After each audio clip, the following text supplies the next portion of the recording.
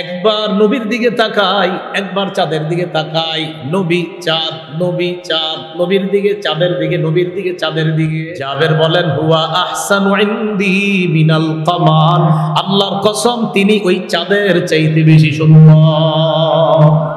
ইয়াতালাল্লাউ ওয়াজহুহু তালাল্লুআল কমারি লাইলাতাল বাদ, পূর্ণিমার রাতের চাঁদটা যেমন সুন্দর, নবী আমাদের মাঝে যখন থাকতেন মনে হতো যেন আকাশের পূর্ণিমার চাঁদ আমাদের সামনে। কানা রাসূলুল্লাহ সাল্লাল্লাহু আলাইহি ওয়াসাল্লাম ওয়াসিআল জাবিন, নবীজির কপালটা ছিল চওড়া। আজাজ্জাল হাওয়াজিবি, ভুরু মুবারক দুইটা ছিল ঘন। সাওয়াবিগা ফি গায়রি কারনিন বাইনাহুমা, ভুরু দুইটা এইভাবে বাঁকা ঘন, দুই ভুরুর মাঝখানে আবার ফাঁকা। এই দুই ভুরুর মাঝখানে বাইনাহুমা ইরকুন, ছোট্ট একটা রগের মতো। ইউদিররুহুল গদব, রাগ করলে রাগে নবীজির এই দুই ভুরুর মাঝের ছোট্ট একটা রগ, নবীজির রাগ ওই রগটাকে ফুলিয়ে দিয়ে এই জায়গার সৌন্দর্যতা আরো বাড়ায়। আমার নবীর সব সুন্দর, শুধু আমার নবীর নামে বেদাত অসুন্দর। কানা রাসূলুল্লাহ সাল্লাল্লাহু আলাইহি ওয়াসাল্লাম আযীমাল আইনাইন, কোরআনের মধ্যে অসংখ্য অগণিত জায়গায় হুরদের বর্ণনায় যখন আল্লাহ তাআলা আলোচনা করেছেন, আল্লাহ তাআলা আলোচনা করেছেন হুররা হবে ডাগর ডাগর চোখ বিশিষ্ট। কানা রাসূলুল্লাহ সাল্লাল্লাহু আলাইহি ওয়াসাল্লাম আযীমাল আইনাইন, আল্লাহর নবী দুনিয়াতেই ডাগর ডাগর চোখ বিশিষ্টের অধিকারী ছিলেন। আদআজাল আইনাইন, চোখের ভিতরে যে মণি আছে এটা ছিল কালো, ওই যে মাঝখানে যেটা কালো ছিল। আশকালাল আইনাইন, আর ওই কালোর পাশে যে সাদা অংশটা ওটার মধ্যে একটা লালিমা লালিমা ভাব, মাঝে কালো পাশ দিয়ে লালিমা ভাব, চোখের সৌন্দর্য দর্শকের সামনে আরো ফুটিয়ে তুলে। কুনতু ইযা নাযারতু ইলাইহি কুলতু আকহালাল আইনাইন, মাঝে মাঝে নবীজির দিকে তাকাইতাম, আমি মনে মনে বলতাম মনে হয় তিনি চোখের সুরমা দেওয়া। আবার বুঝেন, আমি নবীর দিকে তাকাইতাম, তাকায় মনে হতো আমার মনে মনে এরকম মনে হতো মনে হয় তিনি চোখে সুরমা দিচ্ছেন।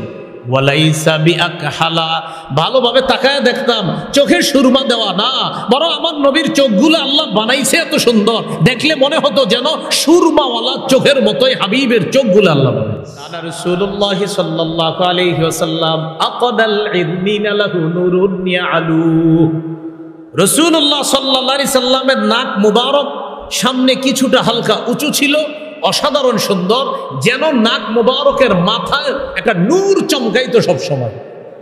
এর মানে নূরের তৈরি না কিন্তু আবার, হ্যাঁ মাশাআল্লাহ মনে রাখেন। মাঝে মাঝে আমরা বলি ইমাম সাহেবের চেহারাটা মাশাআল্লাহ যেন নুরানি, এই নুরানি মানে কিন্তু ইমাম সাহেব নূরের তৈরি না।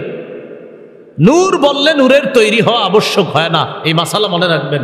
নূর বললে কাউকে নূরের তৈরি হওয়া আবশ্যক হয় না, এমন অসংখ্য দলিল। গাল ছিল কেমন? সাহলাল খাদ্দাইন, গাল দুইটা ছিল সমান, বেশি মাংসালু ছিল না।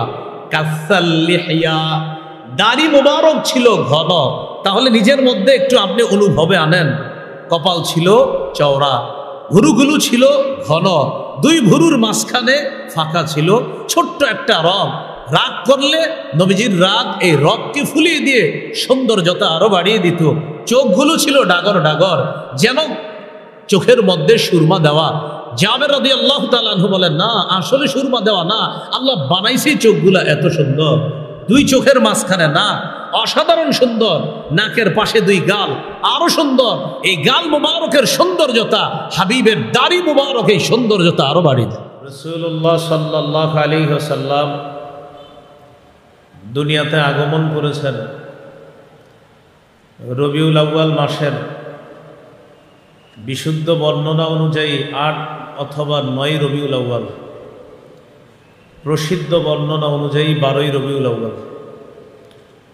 বিশুদ্ধ বর্ণনা অনুযায়ী ৮ অথবা ৯ রবিউল আউয়াল, প্রসিদ্ধ বর্ণনা অনুযায়ী ১২ই রবিউল আউয়াল রাসূলুল্লাহ সাল্লাল্লাহু আলাইহি ওয়াসাল্লাম জন্মগ্রহণ করেছেন। যেদিন জন্মগ্রহণ করেছেন সেই দিন ছিল সোমবার। রাসূলুল্লাহ সাল্লাল্লাহু আলাইহি সাল্লামকে জিজ্ঞাসা করা হলো, সুইলা আন সাওমি ইয়াউমিল ইসনাইন, সোমবারের রোজা সম্পর্কে নবীর কাছে জানতে চাওয়া হলো। রাসূলুল্লাহ সাল্লাল্লাহু আলাইহি ওয়াসাল্লাম জবাব দিলেন, ইয়াউমুন ওয়ালিদতু ফীহি, সোমবার রোজা রাখার অন্যতম একটি কারণ হলো এটা এমন দিন যেই দিনে আমি জন্মগ্রহণ করেছি। হাদিস থেকে শিক্ষা, প্রতি সপ্তাহের সোমবারে রোজা রাখা। রাসূলুল্লাহ সাল্লাল্লাহু আলাইহি সাল্লামের জন্মদিনের আমল হলো প্রতি সপ্তাহের সোমবারে রোজা রাখা। এটা হলো জন্মদিনের আমল। রাসূলুল্লাহ সাল্লাল্লাহু আলাইহি সাল্লাম জন্মগ্রহণ করলেন। নবীজি বলেন, লি খামসাতু আসমা, বুখারীর বর্ণনা, আমার বিখ্যাত 5টি নাম আছে। আনা মুহাম্মদ, আমার নাম মুহাম্মদ, প্রশংসিত। আনা আহমদ, আমার নাম আহমদ, অধিক প্রশংসাকারী। আনাল মাহি আল্লাযী ইয়ামহুল্লাহু বিল কুফরা, আমার নাম মাহি। মাহি অর্থ যে মুছে দেয়, আমার মাধ্যমে আল্লাহ তাআলা সমস্ত কুফরকে মিটিয়ে দেয়। আনাল হাশির আল্লাযী ইহশারুন নাসু আলা কাদামাই, আমার নাম হাশির। কিয়ামতের ময়দানে সর্বপ্রথম আমাকে উঠানো হবে কবর থেকে। অন্য হাদিসে আছে, আনা আউয়ালুন নাস তানশাক্কুল আরদু ইয়াউমাল কিয়ামাহ, কিয়ামতের ময়দানে সর্বপ্রথম আমার কবরটাই খোলা হবে। তো নবীজিকে উঠানোর পর এরপর সমস্ত মানুষকে সমবেত করা হবে। এই জন্য নবীজির নাম হাশির। নবীজির আরেকটা নাম হলো আকিব, সর্বশেষ আগমনকারী নবী। নবী সর্বশেষ, তারপরে আর কোনো নবী হবে না, তিনি সর্বশেষ নবী। এটাই নবী বলেছেন, আনা খাতামুন নবিয়্যিন, আমি শেষ নবী। সহিহ বুখারীর বর্ণনা, রাসূলুল্লাহ সাল্লাল্লাহু আলাইহি সাল্লাম বলেন, ইন্না মাসালি ওয়া মাসালাল আমবিয়াই মিন ক্বাবলি কামাসালি রাজুলিন বানা বাইতা, আমার আর আমার পূর্ববর্তী নবীদের দৃষ্টান্ত হলো এমন এক ব্যক্তির মতো, যেই ব্যক্তি একটি ঘর বানিয়েছে। ফাআহসানাহু ওয়া আজমালা, ওই ব্যক্তি ঘরটি সাজিয়েছে। ইল্লা মাউদিআ লাবিনাতিন ফি জাবিয়া, ঘরের কোনায় একটা ইটের জায়গা ফাঁকা রাখছে। এক ব্যক্তি একটি ঘর সাজিয়েছে, ঘর বানিয়েছে, ঘরটি সাজিয়েছে, অনেক সুন্দরভাবে সাজিয়েছে, ঘরের কোনায় একটা ইটের জায়গা ফাঁকা রাখছে। বলেন, ঘর কি সমাপ্ত না অসমাপ্ত? ফাজআলান নাসু ইয়াতুফুনা বিহি ওয়া ইয়াজাবুনা লা, মানুষ এই সুন্দর ঘরটা দেখতে আসে আর চারপাশে প্রদক্ষিণ করে ঘুরে। সবাই ঘর দেখে আশ্চর্য হয়ে যায়। ওয়া ইয়াকুলুনা হাল্লা উদিআত হাদিহিল লাবিনা, সবাই আশ্চর্য হয়ে বলতে থাকে, ঘরের কোনায় ইটের জায়গাটা ফাঁকা কেন, এই ইটটা কেন লাগানো হলো না? এক ব্যক্তি একটি ঘর বানিয়েছে, ঘরটি সাজিয়েছে, ঘরের কোনায় একটি ইটের জায়গা ফাঁকা। মানুষ ঘর দেখতে এসে চারপাশে ঘুরে আর আশ্চর্য হয়ে বলে, এই ঘরের কোনায় ইটের জায়গায় ইটটি কেন লাগানো হলো না? রাসূলুল্লাহ সাল্লাল্লাহু আলাইহি সাল্লাম বলেন, ফাআনাল্লাবিনা, শোনো, যেই ইটের জায়গা পরিমাণ জায়গাটা বাকি আছে, একটা ইট লাগানো বাকি, আমি হলাম সেই ইট। আমার মাধ্যমে নবুয়ত নামক ঘরের দরজা আল্লাহ পাক রব্বুল আলামিন ওই ইটের জায়গাটাকে আমার মাধ্যমে পূরণ করে নবুয়তের ঘরের সৌন্দর্যের সমাপ্ত আল্লাহ করে দিয়েছে। শেষে বলে, আনা খাতামুন নাবিয়্যিনা লা নাবিয়্যা বা'দি, আমি শেষ নবী, আমার পরে আর কোনো নবী হবে না। তাহলে আমাদের নবী শেষ নবী, তারপরে আর কোনো নবী হবে না। রাসূলুল্লাহ সাল্লাল্লাহু আলাইহি সাল্লাম দুনিয়াতে আসলেন। তিনি যখন আসলেন কেমন ছিল দেখতে? হাদিসের একটা কিতাব আছে নাম আল জামিউস সগীর। এই কিতাবের 6452 নম্বর হাদিস। এই হাদিসের মধ্যে আছে কানা রাসূলুল্লাহ সাল্লাল্লাহু আলাইহি ওয়াসাল্লাম আবিয়াদা কান্নামা সিগা মিন ফিদ্দা। রাসূলুল্লাহ সাল্লাল্লাহু আলাইহি ওয়াসাল্লাম এতটাই সুন্দর ছিলেন, দেখলে মনে হতো যেন তার দেহটা রূপা দিয়ে তৈরি করা। নবীজির দেহ এত সুন্দর করে তৈরি করা, মনে হতো এটা রূপা দিয়ে বানানো, এত সুন্দর। নবীজি সাল্লাল্লাহু আলাইহি সাল্লামের মাথা কেমন ছিল? তিরমিজির হাদিস 3637 নম্বর হাদিস। কানা রাসূলুল্লাহ সাল্লাল্লাহু আলাইহি ওয়াসাল্লাম দখমার রাস। রাসূলুল্লাহ সাল্লাল্লাহু আলাইহি সাল্লামের মাথা মুবারক একদম ছোট ছিল না, বরং যাদের মাথা ছোট, যেটা দেখতে সুন্দর না, এর চাইতে তুলনামূলক একটু বড় ছিল, দেখতে অসাধারণ সুন্দর লাগতো। জাওয়াইদুল মুসনাদ একটা কিতাব আছে, এই কিতাবের 944 নম্বর হাদিস। কানা রাসূলুল্লাহ সাল্লাল্লাহু আলাইহি ওয়াসাল্লাম কাসীরা শা'রির রাস। নবীজির মাথার চুল মুবারক ছিল ঘন, চুলগুলা ছিল ঘন। এখন এই চুল কি লম্বা ছিল নাকি কোকড়ানো ছিল? এটা আমরা হাদিস থেকে জেনে নিই নবীজির চুল কেমন ছিল। হাদিসের কিতাব সহিহ মুসলিম, এই কিতাবের 2347 নম্বর হাদিস। মাদ্রাসার পাঠ্যপুস্তক অনুসারে মোট হাদিস সংখ্যা হবে 3033টা। হাদিসের বর্ণনাকারী আনাস ইবনু মালিক রাদিয়াল্লাহু তাআলা তিনি বলেন, লা বিল জাদিল কাতিতি ওয়ালা বিসসাবতি। রাসূলুল্লাহ সাল্লাল্লাহু আলাইহি সাল্লামের চুলগুলো একেবারে কোকড়ানো ছিল না, আবার একেবারে লম্বা ছিল না। তাহলে কেমন ছিল? এটা আবার আরেক হাদিসে আছে, আল জামিউস সগীর হাদিসের কিতাব 6475 নম্বর হাদিস। এই হাদিসের বর্ণনাকারী আবু হুরায়রা রাদিয়াল্লাহু তাআলা তিনি বলেন, আন আবি হুরায়রা রাদিয়াল্লাহু তাআলা আনহু قال কানা রাসূলুল্লাহ সাল্লাল্লাহু আলাইহি ওয়াসাল্লাম রাজিলা শা'রি। রাসূলুল্লাহ সাল্লাল্লাহু আলাইহি সাল্লামের চুল মুবারক ঈষৎ ঢেউ খেলানো ছিল।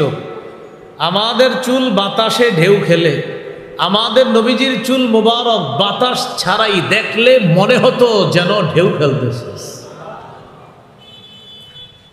ইনিন ফারাকাত আকিকাতুহু ফারাকা ওয়া ইল্লা ফালা।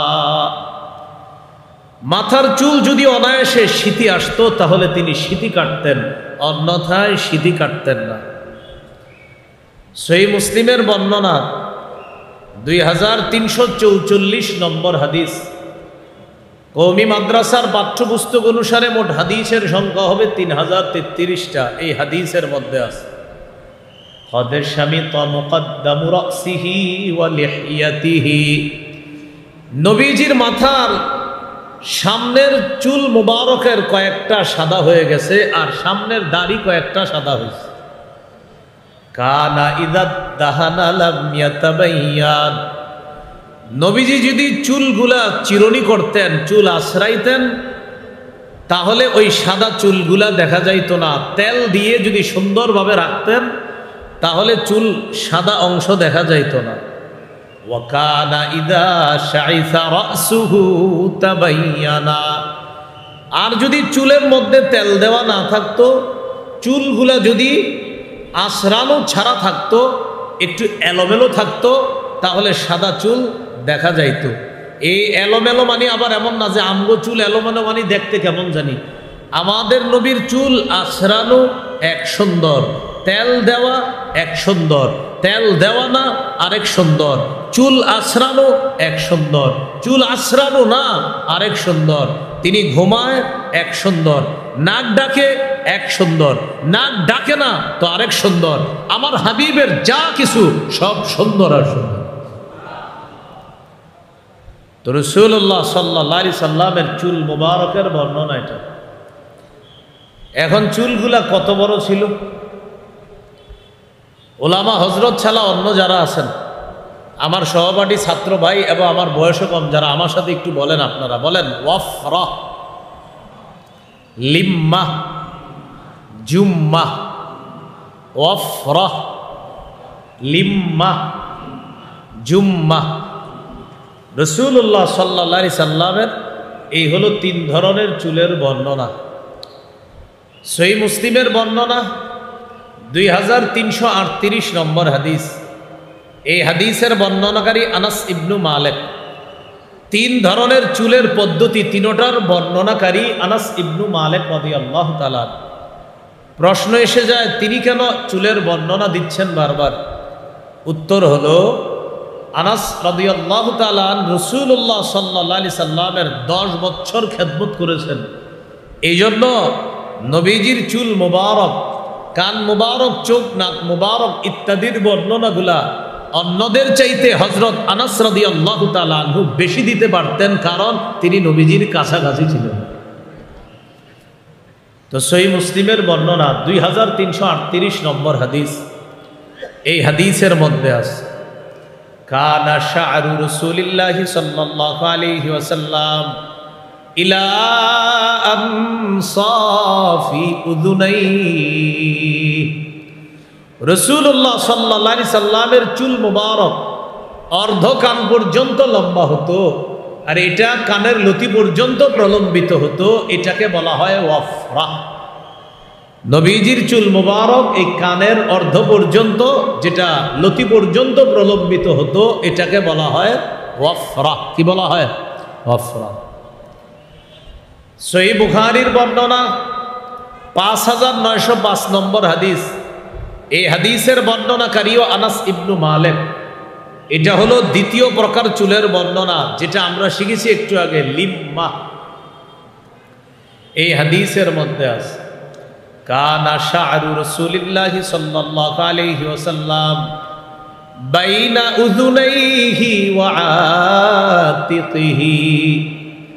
রাসূলুল্লাহ সাল্লাল্লাহু আলাইহি সাল্লামের চুল মুবারক 2 কান এবং 2 কাঁধের মাঝামাঝি পর্যন্ত লম্বা, এবং 2 কাঁধের মাঝামাঝি পর্যন্ত কখনো লম্বা হতো। এটাকে বলা হয় লিম্মা। কি বলা হয়? তাহলে বলেন তো, কানের ইয়া পর্যন্ত লম্বা, এটাকে জানি কি বলা হয়? ওয়াফরা। আর কান এবং কাঁধের মাঝামাঝি পর্যন্ত লম্বা, এটাকে কি বলা হয়? লিম্মা। রয়ে গেল 3 নম্বর পদ্ধতি, জুম্মা। সহিহ বুখারীর বর্ণনা 5904 নম্বর হাদিস।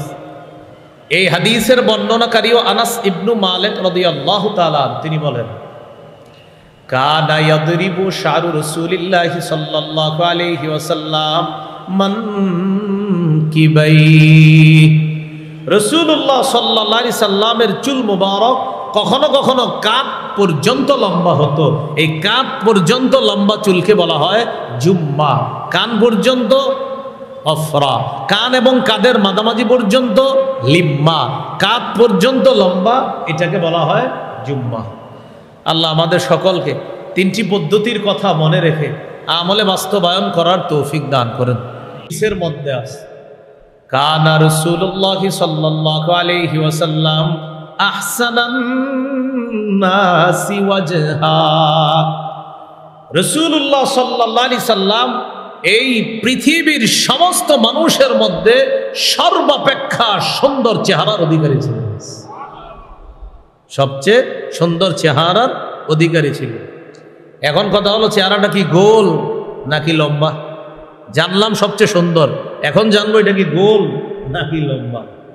তিরমিজির হাদিস 3638 নম্বর হাদিস। এই হাদিসের মধ্যে আসছে লা বিল মুকালসাম বাল কানা ফি ওয়াজহিহি তাদবীর। নবীজির চেহারা মুবারক একেবারে গোল ছিল না, বরং গোলের গোলের ভাব ছিল। আবার বলছি, একেবারে গোল না, বরং গোলের দিকে একটা ভাব ছিল, পুরাপুরি গোল ছিল না। সহিহ মুসলিমের বর্ণনা, সাহাবী জিজ্ঞাসা করলেন, ওয়াজহুহু মিসলাস সাইফ, আচ্ছা নবীর চেহারা মুবারক কি তরবারির মতো ছিল? সাহাবী জবাব দিলেন, লা বাল কানা মিসলাশ শামসি ওয়াল কমার, নবীর চেহারা মুবারক চাঁদ এবং সূর্যের মতো সুন্দর ছিল।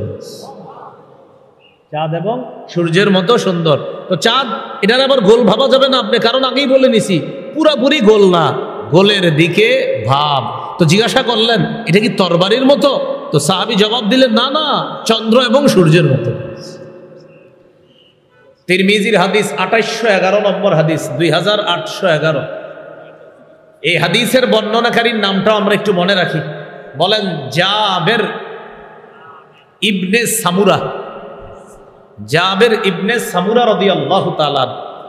এই জাবের রাদিয়াল্লাহু তাআলা আনহু কি বলেন দেখেন, যেটা আমরা ছোটবেলা থেকে শুনছি ঘটনাটা, এই জন্য আপনাদেরকে হাদিসের রাবি বর্ণনাকারীর নামটাও একটু বলাইলাম। সাহাবীর নাম জাবের ইবনে সামুরা রাদিয়াল্লাহু তাআলা। তিনি বলেন, তিরমিজি 2811 নম্বর হাদিস, 2811। তিনি বলেন, আন জাবির ইবনে সামুরা রাদিয়াল্লাহু তাআলা আনহু قال رأيت رسول الله صلى الله عليه وسلم في ليلة إضحيان।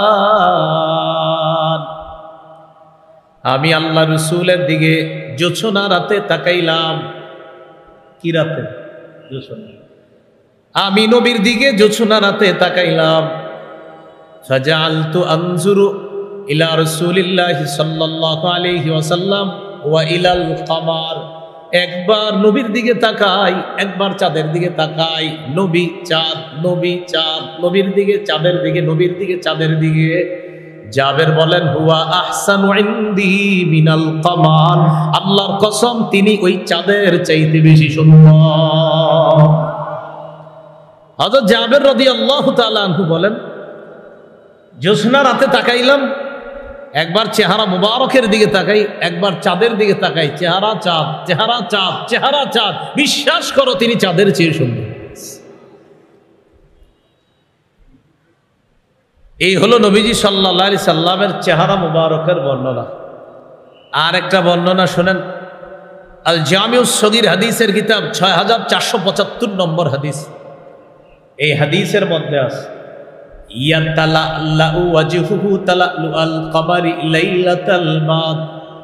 পূর্ণিমার চাঁদের রাতের চাঁদটা, পূর্ণিমার রাতের চাঁদটা যেমন সুন্দর, নবী আমাদের মাঝে যখন থাকতেন মনে হতো যেন আকাশের পূর্ণিমার চাঁদ আমাদের সামনে বসে। এই হলো রাসূল সাল্লাল্লাহু আলাইহি সাল্লামের চেহারা মুবারকের বর্ণনা। চেহারার মধ্যে কপাল আছে, ভুরু আছে, চোখ আছে, নাক আছে, দাঁত আছে, মুখ আছে, গাল আছে, দাড়ি আছে। সুবহানাল্লাহ। সবগুলা বর্ণনা শোনার প্রয়োজন আসেনি? কপাল থেকে শুরু করে নিচের দিকে যাই আমরা।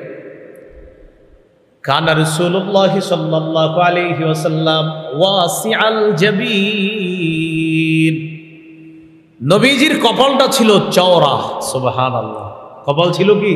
চওড়া। আজাজ্জাল হাওয়াজিবি, ভুরু মুবারক দুইটা ছিল ঘন। সাওয়াবিগা ফি গায়রি কারনিন বাইনাহুমা, ভুরু দুইটা এইভাবে বাঁকা ঘন, দুই ভুরুর মাঝখানে আবার ফাঁকা। এই দুই ভুরুর মাঝখানে বাইনাহুমা ইরকুন, ছোট্ট একটা রগের মতো। ইউদিররুহুল গাদাব, রাগ করলে রাগে নবীজির এই দুই ভুরুর মাঝের ছোট্ট একটা রগ, নবীজির রাগ ওই রগটাকে ফুলিয়ে দিয়ে এই জায়গার সৌন্দর্যতা আরো বাড়ায়। রাগ করলে এটা আপনার ইয়ে হইতো, আরো সুন্দর দেখা যায়। সুবহানাল্লাহ। এটা হলো নবীজির ভুরু, কপাল আর দুই ভুরুর মাঝখানে ছোট্ট একটা রগ। নবী যখন রাগ করতেন, আমাদের নবীজির রাগও সুন্দর। সুবহানাল্লাহ। আমার নবীর সব সুন্দর। কি কথা বুঝে আসছে তো? শুধু আমার নবীর নামে বেদাত অসুন্দর। কি অসুন্দর? হ্যাঁ, আমার নবীকে ভালোবাসা সুন্দর, মহব্বত করা সুন্দর, নবীর সব সুন্দর, পদ্ধতিটাও সুন্দর। বুঝে আসছে তো? হযরত মাওলানা মুফতি বশিরুল্লাহ হাফিজাহুল্লাহ কম কথায় দামি কথা বলছে, আপনারা মন দিয়ে শোনেন না। হুজুরে সংক্ষিপ্ত সময় অনেক দামি কথা বইলা ফেলছে, কিন্তু আপনারা মন দেন নাই সবাই, কিন্তু মন দেওয়া উচিত ছিল। রাসূলুল্লাহ সাল্লাল্লাহু আলাইহি ওয়াসাল্লাম, এই ছিল তার ভুরু দুইটার বর্ণনা। ভুরুর মাঝখানে ছোট্ট রগ, রাগ এই রগকে ফুলিয়ে দিত। এরপরে হলো আপনার চোখের বর্ণনা, দুই ভুরুর নিচে চোখ। সহিহুল আদাবিল মুফরাদ কিতাবের নাম, 988 নম্বর হাদিস। তিরমিজির বর্ণনায় আসছে রাসূলুল্লাহ সাল্লাল্লাহু আলাইহি সাল্লামের চোখ কেমন ছিল। কানা রাসূলুল্লাহ সাল্লাল্লাহু আলাইহি ওয়াসাল্লাম আজিমাল আইনাইন। কোরআনের মধ্যে অসংখ্য অগণিত জায়গায় হুরদের বর্ণনায় যখন আল্লাহ তাআলা আলোচনা করেছেন, হুররা হবে ডাগর ডাগর চোখ বিশিষ্ট। বলেন হুররা হবে, সবাই বলেন ডাগর ডাগর। বলতে হবে হুররা হবে ডাগর জাগর, আবার হুররা হবে ডাগর ডাগর চোখ বিশিষ্ট। কানা রাসূলুল্লাহ সাল্লাল্লাহু আলাইহি ওয়াসাল্লাম আজিমাল আইনাইন। আল্লাহর নবী দুনিয়াতেই ডাগর ডাগর চোখ বিশিষ্টের অধিকারী ছিলেন। হুররা হবে ডাগর ডাগর চোখ বিশিষ্ট। আমার নবীর চোখগুলো ছিল ডাগর ডাগর চোখ। সুবহানাল্লাহ। কারো দিকে তাকাবে তো আমার নবীর চোখের প্রেমে পড়তে সে বাধ্য হবে। এই হলো চোখের বর্ণনা। আদাজাল আইনাইন, চোখের ভিতরে যে মণি আছে এটা ছিল কালো, ওই যে মাঝখানে যেটা কালো ছিল। আশকালাল আইনাইন, আর ওই কালোর পাশে যে সাদা অংশটা, ওটার মধ্যে একটা লালিমা লালিমা ভাব, মাঝে কালো, পাশ দিয়ে লালিমা ভাব, চোখের সৌন্দর্য দর্শকের সামনে আরো ফুটিয়ে তুলত। তাহলে ডাগর ডাগর, আবার মাঝখানে কালো, আবার পাশে হালকা লালিমা লালিমা ভাব। এইভাবে যারা দেখতেন তাদের কাছে আল্লাহর হাবিবের চোখের সৌন্দর্যতা ফুটে উঠত। আসলে আমি বর্ণনা করছি, আপনারা শুনতেছেন। আসলে নবী যে কত সুন্দর ছিল, যারা দেখছে তারা শুধু বলতে পারে। মাঝে একটা কথা মনে আসছে, বলে ফেলি আপনার। বারা ইবনে আযিব রাদিয়াল্লাহু তাআলা আনহুর বর্ণনা, মুসনাদে আহমদের এই লম্বা হাদিস, আবু দাউদেরও লম্বা হাদিস। বারা ইবনে আযিব রাদিয়াল্লাহু তাআলা আনহু বলেন, একদিন নবীজির সাথে এক জানাজায় রওনা করলাম। কবরস্থানের সামনে গিয়ে নবীজি বসে রইছে। তো নবীজি বসলেন, আমরাও বসে গেছি। বসার পর আমরা সবাই নবীজির দিকে তাকায় রইছি। নবীজি নিচের দিকে এইভাবে লাঠি দিয়ে মাটির মধ্যে আঁকাআঁকি করতেছে, আমরা নবীর দিকে তাকায় রইছি। দেখেন সাহাবী কি বলে, কয় এমন ভাবে তাকায় আছি আমরা সবাই, কান্না আলা রুউসিনা আত-তাইর, যেন আমাদের মাথার উপরে পাখি বসা। এর মানে এমন একজনকে আমরা দেখতেছি, পাখি আইসা বসলেও পাখির কোনো সমস্যা হবে না, ও সুন্দরভাবে বৈশা আরাম নিয়ে আবার এখান থেকে চলে যাবে, আমরা বুঝতে পারবো না, কারণ এমন একজনকে দেখতেছি। কান্না আলা রুউসিনা আত-তাইর, আহারে যদি দেখতাম, হ্যাঁ স্বপ্নেও যদি দেখা যাইত। তো রাসূলুল্লাহ সাল্লাল্লাহু আলাইহি ওয়াসাল্লাম, এই ছিল নবীজির চোখ মুবারক। নবীজি সাল্লাল্লাহু আলাইহি সাল্লামের চোখের এই কোণাগুলা কেমন ছিল? আমরা বাচ্চাদেরকে কি বলি, ছোটবেলায় কাজল দিয়ে দেয়, তো কাজল দিলে ওর চোখের সৌন্দর্যতা ফুটে। আবার অনেকে সুরমা দেয়, সুরমা দিলে চোখের সৌন্দর্যতা ফুটে। এবার আমার নবীর চোখ কেমন ছিল একটু দেখেন। জাবির ইবনে সামুরা রাদিয়াল্লাহু তাআলা আনহু বলেন, কুনতু ইযা নাযারতু ইলাইহি কুলতু আকহালাল আইনাইন। মাঝে মাঝে নবীজির দিকে তাকাইতাম, আমি মনে মনে বলতাম, মনে হয় তিনি চোখের সুরমা দেওয়া। আবার বুঝেন, আমি নবীর দিকে তাকাইতাম, তাকায় মনে হতো, আমার মনে মনে এরকম মনে হতো, মনে হয় তিনি চোখে সুরমা দিছেন। ওয়ালাইসা বিআকহালা, ভালোভাবে তাকায় দেখতাম চোখের সুরমা দেওয়া না, বরং আমার নবীর চোখগুলো আল্লাহ বানাইছে এত সুন্দর, দেখলে মনে হতো যেন সুরমাওয়ালা চোখের মতোই হাবিবের চোখগুলো আল্লাহ বানাইছে। কাজল দিয়ে সুন্দর বাড়ায়, সুরমা দিয়ে সৌন্দর্যতা বাড়ায়, আমার নবীর চোখ আল্লাহ বানাইছে এমন। সুবহানাল্লাহ। এই হলো চোখ মুবারক। তাহলে বুরু গেল, কপাল গেল, চোখ গেল, দুই চোখের মাঝে একটা জিনিস আছে, কি? নাক। কানা রাসূলুল্লাহি সাল্লাল্লাহু আলাইহি ওয়াসাল্লাম আকাদাল ইদনিনা লাহু নূরুন ইয়ালু। রাসূলুল্লাহ সাল্লাল্লাহু আলাইহি সাল্লামের নাক মুবারক সামনে কিছুটা হালকা উঁচু ছিল, অসাধারণ সুন্দর, যেন নাক মুবারকের মাথায় একটা নূর চমকাইতো সব সময়। এর মানে নূরের তৈরি না কিন্তু আবার, হ্যাঁ মাশাআল্লাহ মনে রেখেন। মাঝে মাঝে আমরা বলি ইমাম সাহেবের চেহারাটা মাশাআল্লাহ যেন নুরানি, এই নুরানি মানে কিন্তু ইমাম সাহেব নূরের তৈরি না। নূর বললে নূরের তৈরি হওয়া আবশ্যক হয় না, এই মাসালা মনে রাখবেন। নূর বললে কাউকে নূরের তৈরি হওয়া আবশ্যক হয় না। এমন অসংখ্য দলিল, শুধু অসংখ্য না, আমার মনে হয় একটা বয়ানই আছে, লম্বা বয়ান আছে যে নূর বললে যে নূরের তৈরি হয় না, শুধু প্রমাণ আর প্রমাণ, প্রমাণ আর প্রমাণ। আলহামদুলিল্লাহ ফালিল্লাহিল হামদ, অসংখ্য গণিত প্রমাণ দিছি যে নূর বললেই নূরের তৈরি হয় না। আল্লাহ আমাদেরকে বোঝার তৌফিক দান করুন। তো নাক মোবারক ছিল একটু উঁচু, সেখানে মনে হতো নূর চমকাইতেছে, আলো চমকাইতেছে, এরকম মনে হতো। এইগুলো নাকের বর্ণনা।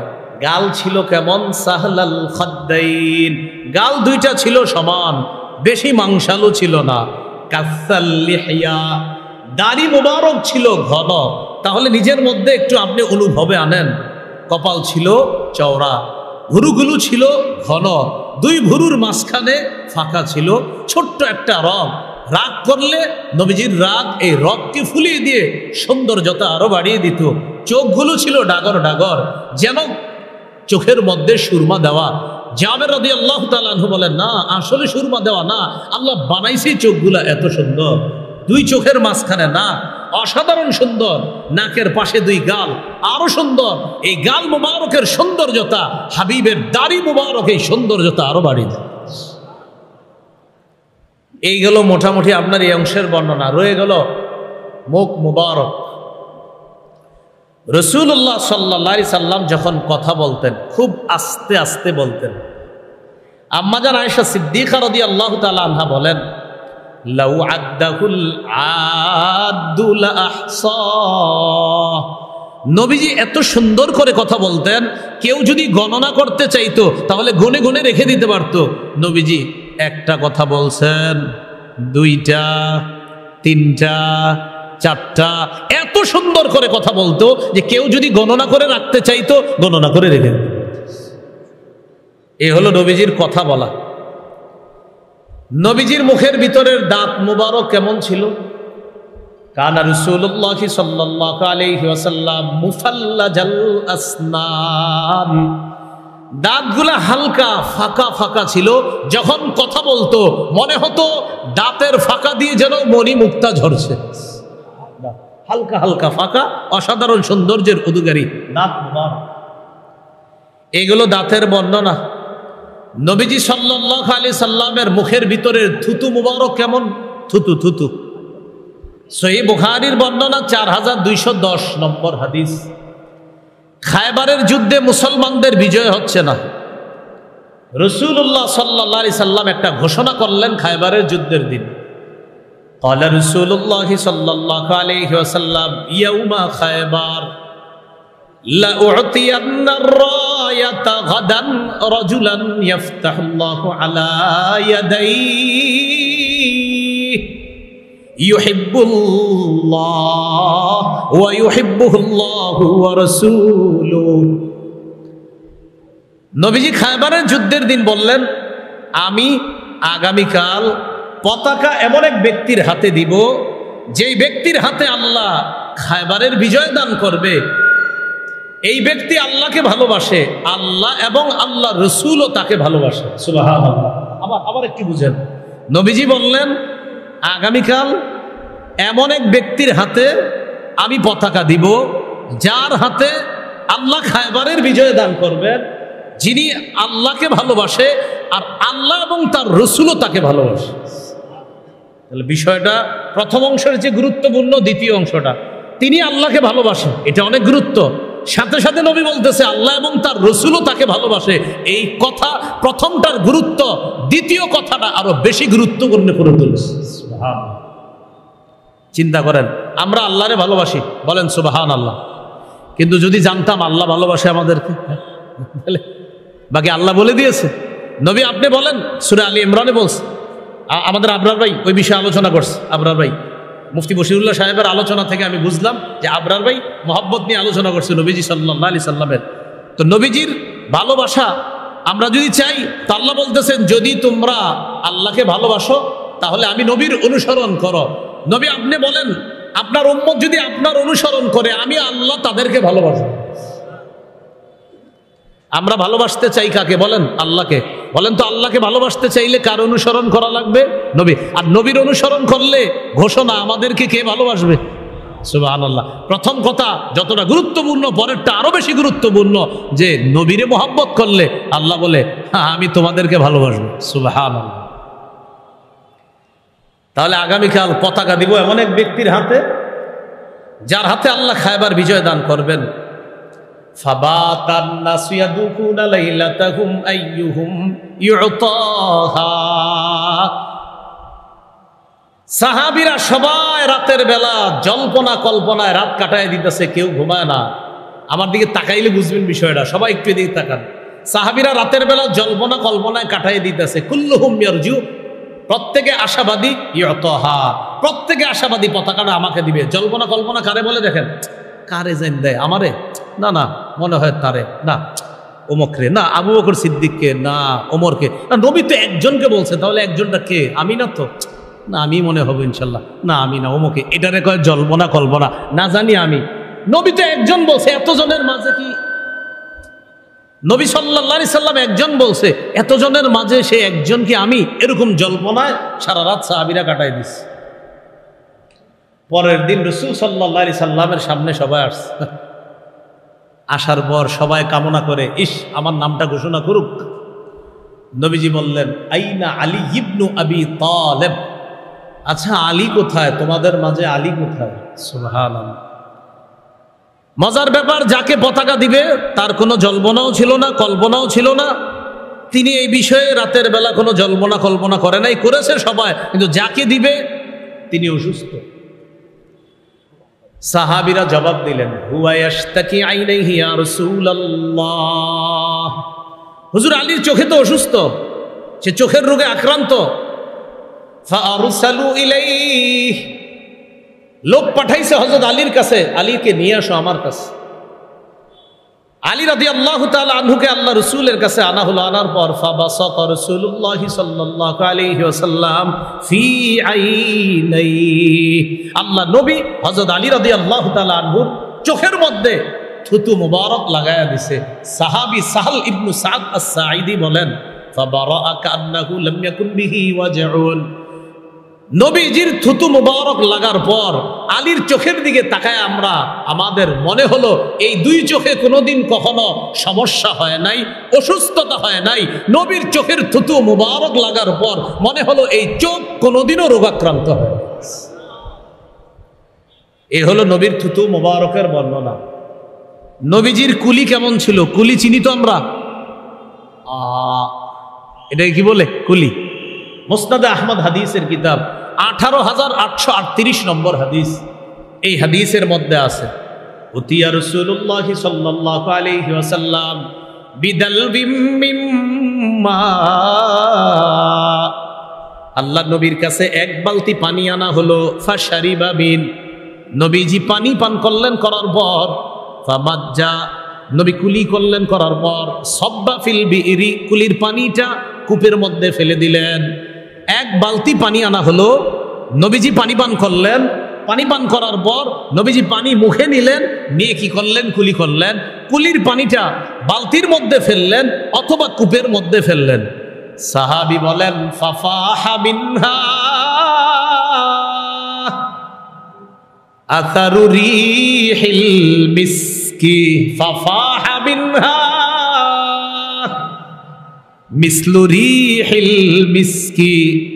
নবীজির কুলির পানি কূপের মধ্যে লাগার পর কূপের পানি থেকে মেশক আম্বরের ঘ্রাণ বের হওয়া শুরু হয়ে যায়। এটা হলো কুলি। তাহলে গেল কি? দাঁত গেল, এরপরে থুতু গেল, কুলি গেল। নবীর ফু ছিল কেমন? ফু বিসমিল্লাহির রহমানির রহিম, এই ফুটা কেমন ছিল? হ্যাঁ সুবহানাল্লাহ পড়ে না, এটা জানা দরকার আছে না? ফু বিসমিল্লাহ। এটা আবু দাউদের হাদিস রাসূলুল্লাহ সাল্লাল্লাহু আলাইহি সাল্লামের একজন সাহাবী নাম সালামা ইবনুল আকওয়া রাদিয়াল্লাহু তাআলা। হাদিসের বর্ণনাকারী তাবিঈন নাম ইয়াজিদ ইবনে আবি উবাইদ। তিনি বলেন, রাআইতু আসারা দারবাতিন ফি সাকি সালামা। একদিন নবীর সাহাবী সালামা ইবনুল আকওয়ার পায়ের গোছার মধ্যে আঘাত দেখলাম। আমি আবার বলছি, নবীর একজন সাহাবী সালামা, যিনি খুব দৌড়াইতে পারতেন, এই সাহাবীর পায়ের গোছার মধ্যে আঘাতের চিহ্ন দেখলাম। দেখার পর আমি প্রশ্ন করলাম, মা হাজিহি, আপনার পায়ে এটা কিসের সমস্যা? আপনার কি কোনো সমস্যা হয় না? এই যে আঘাতের চিহ্ন, আপনি দি মাশাআল্লাহ দিব্যি ভালো মানুষ, হাঁটতেছে চলতেছে, কিন্তু আঘাত, মারাত্মক আঘাত, কিন্তু উনি চলতেছে উঠতেছে বসতেছে, কোনো সমস্যা হয় না। সাহাবী সালামা ইবনুল আকওয়া জবাব দিলেন, আসাবাতনি ইয়াউমা খায়বার। খায়বারের যুদ্ধের দিন আমার আঘাত লাগছে এখানে। আঘাত লাগার পর মাঠের মধ্যে ঘোষণা হয়ে গেল, উসিবা সালামা, সালামা আঘাতপ্রাপ্ত হয়েছে, সালামার পায়ে তীর লেগেছে, সালামা আঘাতপ্রাপ্ত হয়েছে, তার পায়ের মধ্যে ক্ষত হয়েছে। এই কথা শোনার পর দুআইয়াবি, আমাকে আহ্বান করা হলো নবীর কাছে। ফাউতিয়াবি, আমাকে নবীর কাছে নিয়ে গেলা হলো। ফানাফাসা ফিয়া সালাসা নাফাসাত, আল্লাহ নবী আমারে 3টা ফু দিয়ে দিলেন। 1 2 3, 3টা ফু দিলেন। সাহাবী সালামা বলেন, ফামাশতাকাইতুহা হাত্তা সাআ। ফু দেওয়ার পর থেকে, তোমরা দেখলে মনে করো ক্ষত আছে, কিন্তু ফু দেওয়ার পর থেকে এই মুহূর্ত পর্যন্ত আমি আমার এই জায়গায় আর কোনো ব্যথা অনুভব করি না। এই হলো আমার নবীর ফু। আল্লাহ আমাদের সকলকে নবীজি সাল্লাল্লাহু আলাইহি সাল্লামের এই যে সৌন্দর্যতাগুলা, এগুলা উপলব্ধি অনুভবে আনার তৌফিক দান করেন। এটা হলো নবীজি সাল্লাল্লাহু আলাইহি সাল্লামের মুখের বর্ণনা, এইগুলো ফুয়ের বর্ণনা। এবার আসেন রাসূল সাল্লাল্লাহু আলাইহি সাল্লামের গলা মোবারক কেমন ছিল। হাদিসের মধ্যে আসছে, একটা রূপার প্লেটের মধ্যে যদি একটা মণি মুক্তা সাজায় রাখেন, আবার বলছি রূপার প্লেট, এই প্লেটের মধ্যে মণিমুক্তা সাজায় রাখবেন, বলেন তো মণিমুক্তার সৌন্দর্যতা কমবে না আরো বাড়বে? কাআন্না উনুকাহু জিদুদুমিয়াতিন ফি সাফাইল ফিদ্দা। আমাদের নবীজির গলা মোবারক এত সুন্দর ছিল, যেন একটা খোলা রূপার মধ্যে আল্লাহ তাআলা মণিমুক্তা বসায়া দিছে। যেন আমার হাবিবের গলাটা হলো মণিমুক্তা, শরীরটা হলো রূপা, এই মণিমুক্তাকে আল্লাহ রূপার মধ্যে বসায়া দিছে। এটা হলো গলা মোবারক। আসেন গলার নিচে কাঁধ মোবারক, এখানে রাআইতুল খাতামা ইনদা কাতিফিহি মিসলা বাইদাতিল হামামা। এই কাঁধ মোবারকের এখানে আমি, সাহাবী বলেন, আমি দেখলাম ছোট্ট একটা কবুতরের ডিমের মতো মোহরে নবুয়ত। এটাকে বলে কি ভাই? মোহরে নবুয়ত, নবুয়তের মোহর। আমাদের নবী যে শেষ নবী, তারপরে আর কোনো নবী হবে না।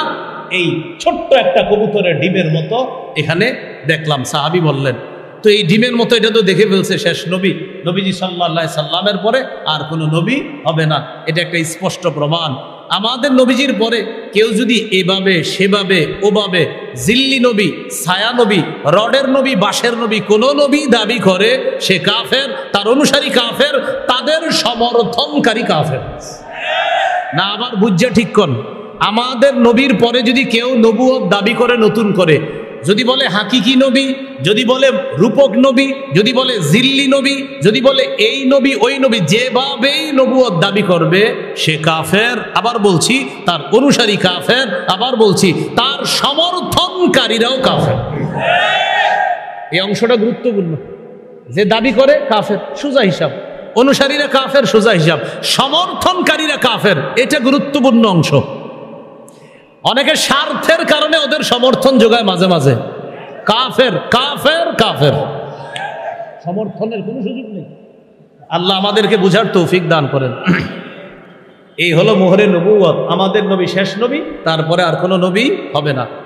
এবার আসেন নবীজির বুক মুবারক কেমন ছিল। কানা রাসূলুল্লাহ সাল্লাল্লাহু আলাইহি ওয়াসাল্লাম আরিদাস সাদরি।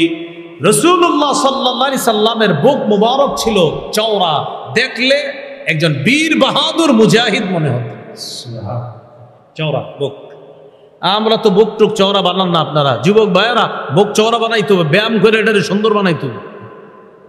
রাসূল সাল্লাল্লাহু আলাইহি সাল্লামের বুক মুবারক ছিল চওড়া। বুক থেকে নাভি পর্যন্ত, এবার একটু খেয়াল করেন, দাকিকাল মাসরুবা, এই বুক থেকে নাভি পর্যন্ত চুলের চিকন একটা রেখা, যেন কোনো শৈল্পিক সৌন্দর্য নবীর বুক মুবারকে বসায় দেওয়া হয়েছে।